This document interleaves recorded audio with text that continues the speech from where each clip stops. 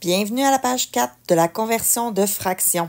Donc, nous avons 3 exemples ici. Le premier exemple étant une fraction que l'on doit mettre en décimale, puis ensuite en pourcentage.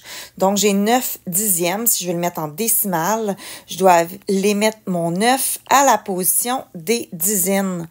Donc, des dixièmes, pardon. Donc, ce que ça va faire un 9 à la position des dixièmes.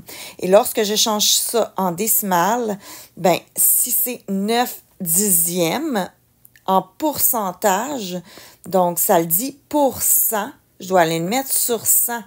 Donc, si je fais x 10 en bas, je dois mettre x 10 en haut, ce qui va me donner 90 sur 100.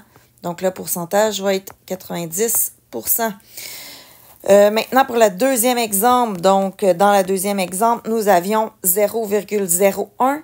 Je dois aller mettre mon 1 ici dans la position. Dans la position des centaines, donc je vais aller mettre sur 100. Et évidemment, il est déjà sur 100, donc quand j'arrive en pourcentage, c'est facile, ça donne 1%. Pour ce qui est de mon troisième exemple, j'ai 80%. Donc, en décimale, 80. Donc, ça fait 80, 0,8 ou 0,80. Et si je vais aller le mettre en fraction, ça va donner 80 sur 100. Évidemment, c'est une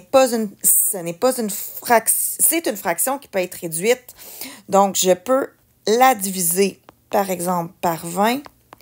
Si je la divise par 20, ça me donne 4 cinquièmes. Donc, la réponse, c'est 4 cinquièmes.